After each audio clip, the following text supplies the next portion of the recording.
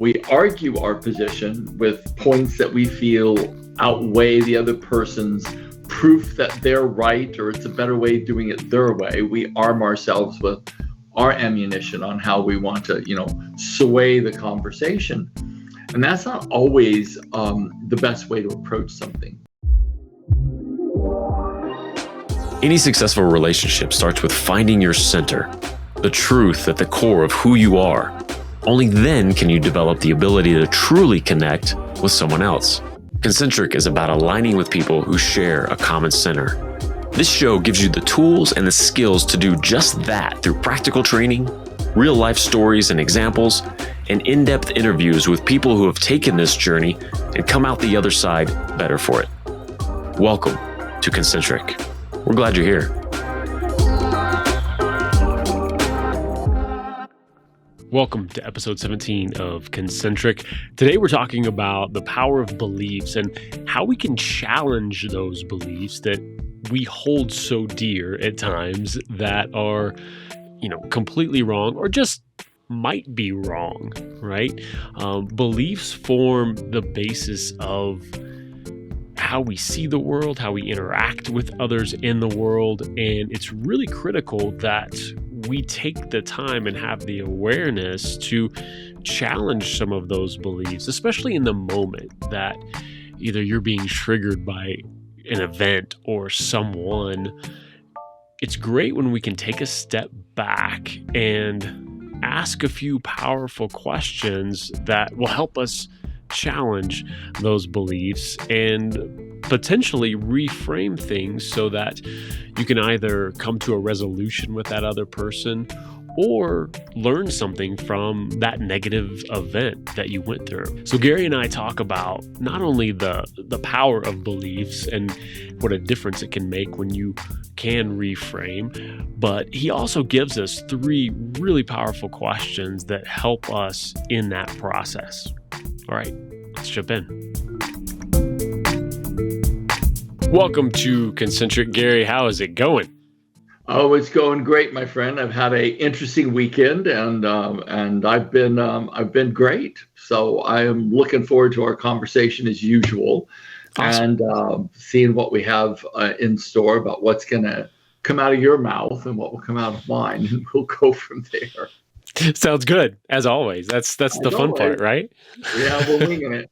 People may think we actually have this absolute planned out agenda, but I think some of the best information comes from a spontaneous kind of flow of your questions and then what gets provoked in me to speak about. So I'm really happy with this energy.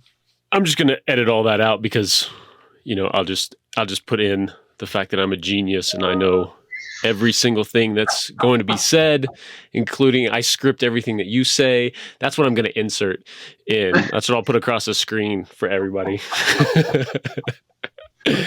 Yeah, I like it. I couldn't imagine how horrible such a thing would be, actually. It'd be pretty rigid and pretty not fun, I think. I think that would be the ultimate exactly story. Wouldn't be fun. Exactly. I think, when I talk to people about interviewing and things like that, it really is the fun part. To me, I know you approach it the same way of the spontaneity that comes out, but it's deeper than that. That may seem like a very frivolous kind of, oh, well, as long as it's fun, guys, but it's also so fun because really, to your point, this is what happens is you really get tapped in, and in the moment, we both do, in these conversations. And I think what flows through is really good stuff for sure. Well, when you try to manage everything with just your conscious mind and plan everything down to a point to where it's pretty frozen and rigid, you don't open the door for your subconscious mind to be able to stream in information. And when that happens, I think that's when the best information comes forward. Because ultimately, what we're attempting to do is just give people tools, tips, points of inspiration, hopefully, and to keep the conversation going around this, really critical aspect of all of our lives, which is how do we be in a relationship, and how do we make those relationships successful, both professionally and personally. I know I was on a podcast the other day or the other night, and it was, the distance between our success in our relationships at home and our success in the relationships in the workplace, there's not that great of a distance. The same competencies have to be present. We have to take ownership. We have to have great communication skills. We have to stop projecting and hallucinating that we think we know what the other person's thinking or feeling or strategizing.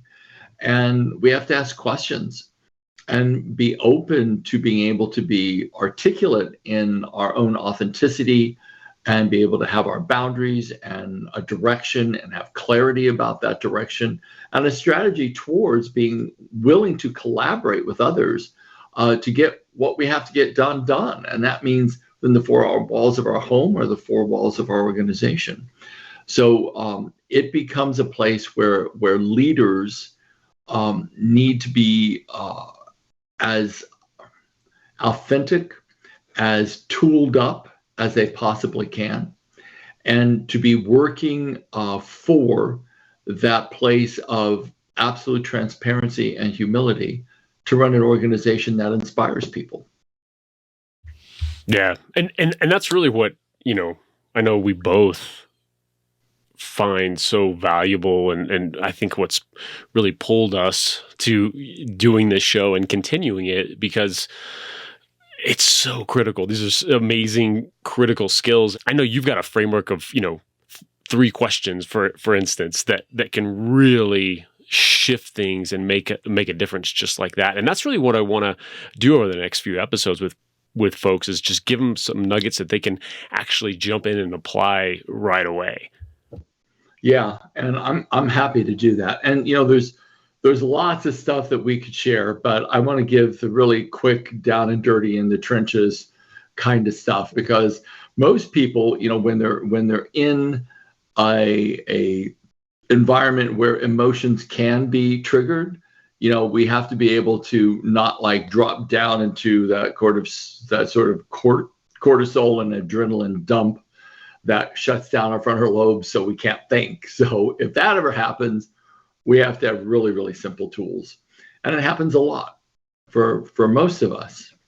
So you mentioned the 3 questions, and some of the things that I love to dwell on and think about is that we are a collection. The way that we perceive is a collection of everything that's entered our nervous system and what we made up about that. And I mean, that's from birth on. And we have created this sort of monolith of what we call true. And I think what's really important for people, I used to love this one bumper sticker I'd see a lot in California, which was question reality. And I always thought that was the best bumper sticker ever, because when I look out of my own lens and I'm looking at a particular scenario, and I'm attempting to navigate a conversation, either a contract or something with my partner, am I seeing this like real? Am I seeing this not only just from my perspective, but from the other person's perspective? Can I see it more 3-dimensionally than 1-dimensionally? And if I can do that, I can add more perspectives onto the information that I'm considering before offering any kind of solution or suggestion. And oftentimes we take our position, we argue our position with points that we feel outweigh the other person's proof that they're right, or it's a better way of doing it their way. We arm ourselves with our ammunition on how we want to, sway the conversation. And that's not always the best way to approach something.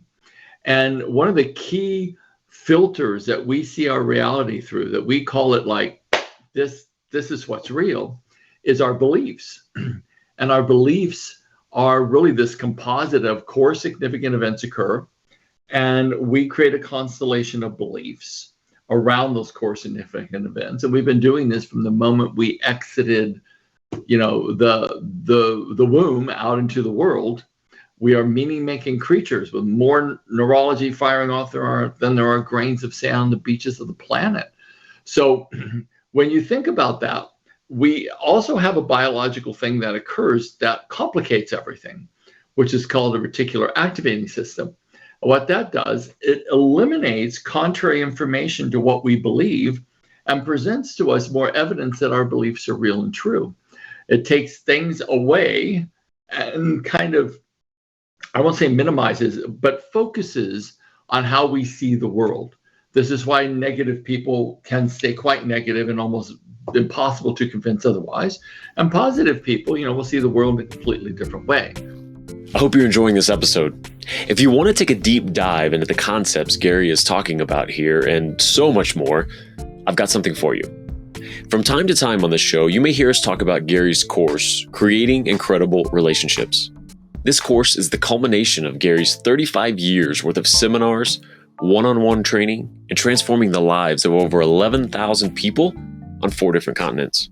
To learn how to build alignment and heck, just get along with others sometimes, we all require skills that are not commonly known and are not out there in the relationship development space. We need help. That's why Gary put this course together. The content in it is powerful and comprehensive.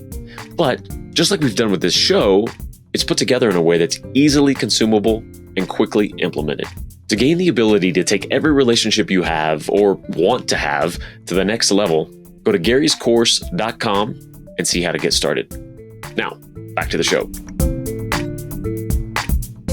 We have 2 kind of political factions in our country right now. And, if you sit down and try to have a civil conversation around, what's in the middle, it's always people are on these extreme sides. But in reality, we have to open up ourselves to other perspectives in order to kind of come to the middle where I think the truth is between the opposites. So here we are, in our relationships, and we enter them through this massive filter of our beliefs. And what the reticular activating system does is, again, it filters out evidence that other contrary beliefs are valid and true, and just kind of has us focus in on what we're believing. This is all great for our survival, but not so great for the survival in a relationship. So there's 3 questions that I came up with to help us sort of begin to, dismantle that evidence and that system of not seeing opposite sides or even contrary sides. And that is that, and all credit where credit's due. Part of this is taken from the work of Byron Katie from her, for her, I think it's 5 questions that she asks. I simplified it because I found that a lot of people that I trained her process with would just go like, I can't do that. A lot of people can. It's an incredible process. But the 3 questions can be used very quickly. And they are, number 1, is it universally true? So you're in an argument with someone, or you're in a negotiation with someone, and you have a point that you want to make, and you're not going to listen to anything else, or you've drawn a conclusion about the other person, which limits your ability to be flexible in the conversation. And you really have to sit back and go, okay, as what I'm concluding about this person right now, is it universally true? Can I absolutely know that how I'm seeing this is the truth? And the answer is going to be no, because you're only looking out of the window of your belief systems. The second question is, who am I at the core of me without this belief system that I'm currently running? Like, who am I without this perspective? Like, at the core of me, if I didn't have this belief system, who would I be? And that returns you to this place of neutrality. It returns you to a place of how you see yourself at the essence of who you are. You're not your opinions. You're not your anger. You're not your frustration. You're something much deeper than that. And the last question is, what would I prefer to be thinking, believing, and acting on that would bring me peace and bring resolution? what would I prefer to be thinking, believing, and acting on? So even if there was, like if you're in such a state that you can't, like you have to go into imagination land. It's like get your brain out of this negative cycle any way you can. And one of those ways is, okay, let's pretend it's not true. Let's pretend I'm someone else in this situation. What would they maybe perceive about this? And it lets your mind just go somewhere else. And then you can start getting a little bit of that. Oh yeah, I guess that is a good point. You can start letting little pieces of this in. Or you return yourself to really the essence of who you are, because a lot of people think that they would rather be right than be happy. They would rather be right and cause the other person a tad bit of misery, but that's never going to make you happy. Always the best solutions are somewhere kind of in the middle of both positions, because if one person loses and you completely win, that's not necessarily a win, because ultimately at the end of the day, the relationship starts to become compromised. So it's somewhere in what would I prefer to be thinking or believing. And the thinking could be, am I seeing it from their position at all? Am I even considering that? Is my belief real and true, knowing that all of our beliefs are a construct and they're not universally true? And you start asking yourself, well, how else could I believe about this? And that starts to open up more possibility. And on top of that, just rethinking it or believing it isn't enough, because if you don't take action, generally when you're in a discussion with someone, some form of action's being requested and some sort of action needs to be, actualized. So then what kind of action do I need to take? What kind of beliefs can I look through and see differently? Something I'm not seeing. And then, how would I prefer to think about this? And one of the best ways to think about it is, no, we don't always have all the answers. Sometimes we don't have enough data to have or actually complete a conclusion about anything. And that's really a beautiful place to be. Like, look, I don't have enough data to be able to accurately contribute to the conversation, because these are the pieces I would need to be able to draw a conclusion, to be able to offer up a solution. So the bottom line is to be very clear about who you are, be very clear that you are flexible enough and open enough to look from other people's perspectives, be open enough to say, I may not have enough data, and I may have come to a conclusion with insufficient data, but I'm willing to get that information, and then we can rejoin and have a conversation. There's many different ways to navigate through difficult conversations or even negotiations, but the most important thing is you enter it with an intent to understand and reach mutual understanding and resolution.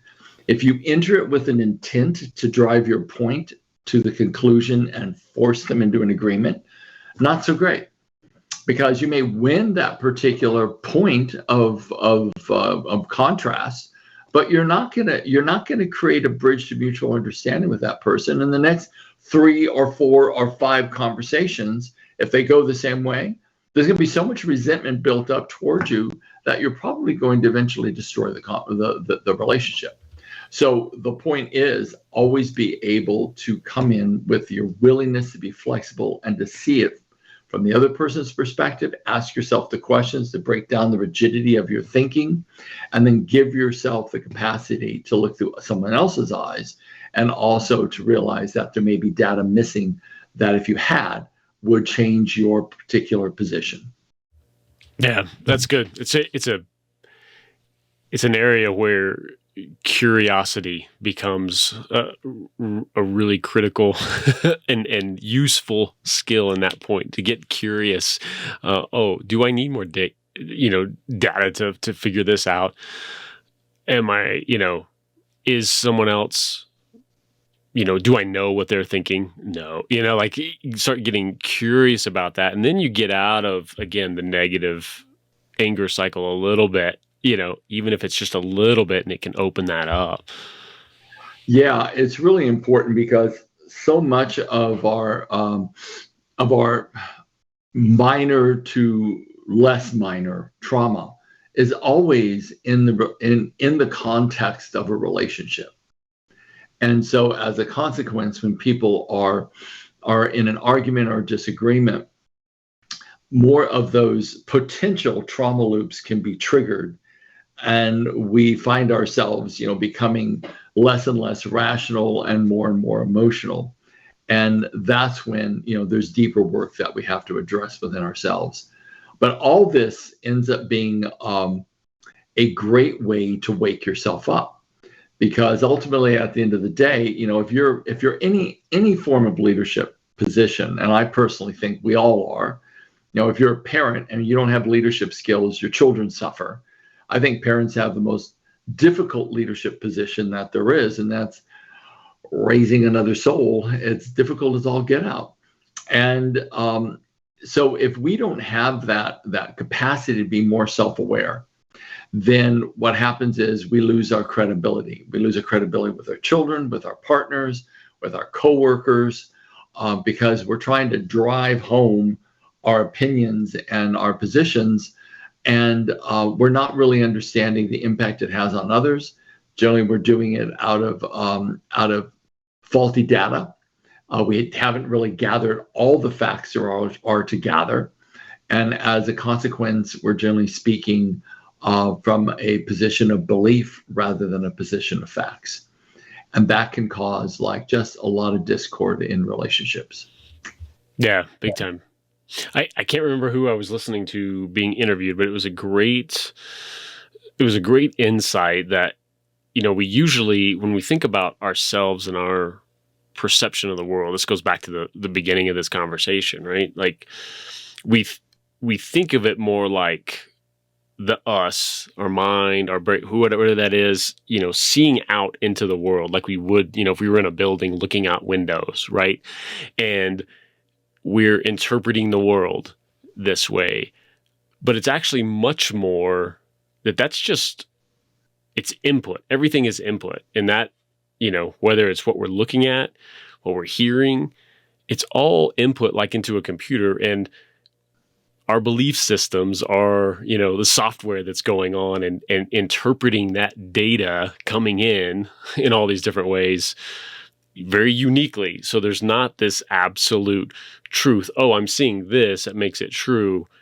Even that's getting cycled into something else and something different for everybody. Yeah, we all have different filters, and our filters skew the data input from our five senses. So if you are, if you grew up in a really traumatic household with alcoholism or drug addiction or physical violence, your filter is going to be very different than someone who grew up in a home that, the parents loved each other. There was always money, and there were the nicer things that money can buy. And that's how you grew up in this sort of an entitled position of, affluence. It's going to be very different than someone who grew up, in, poor and living on welfare, and not having those things, not having those kind of gifts that are given by, having an affluent family. So we have to look at it from the perspective, all of us are going to have different beliefs and different responses to the outside stimulus as we walk through it. Unfortunately, there's no common way for all of us to get to a unified interpretation of what's happening out here with our five senses. But what we can do is be really open to see it through other people's eyes, and then we start bridging that gap to mutual understanding. And it's through really our perceptual flexibility, our own emotional intelligence. That's when we make progress. I love it. Very useful.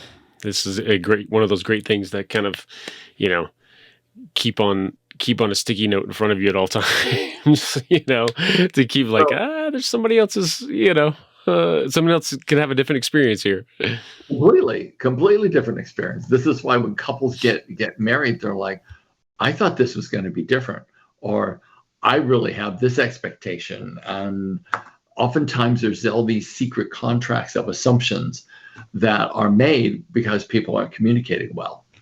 And when a secret contract gets breached, it's generally some sort of major disappointment for one or more of the parties until they can work out what they're doing, which is, yeah, I had a secret agreement that this is what I anticipated, this is what I expected, but I never told you. It's just what I assumed would happen, but it doesn't happen that way. Awesome. Well, Gary, thank you so much for this. We can wrap this one up, and really enjoyed it. Okay, well, we'll see you at the next one. See you all next time. Okay. Bye.